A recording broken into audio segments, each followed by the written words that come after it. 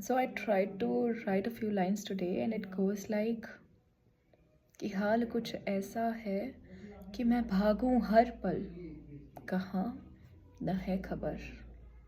न ख्वाहिश है कुछ पाने की और न दिल आज में ही कहीं लगा है।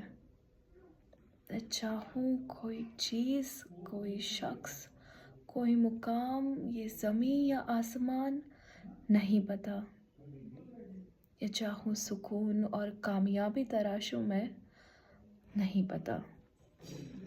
पता है तो बस इतना कि न खोना चाहूँ इस दुनिया की भीड़ में। खोना हो अगर तो खो पाऊँ खुद को अपने ख्वाबों की भीड़ में।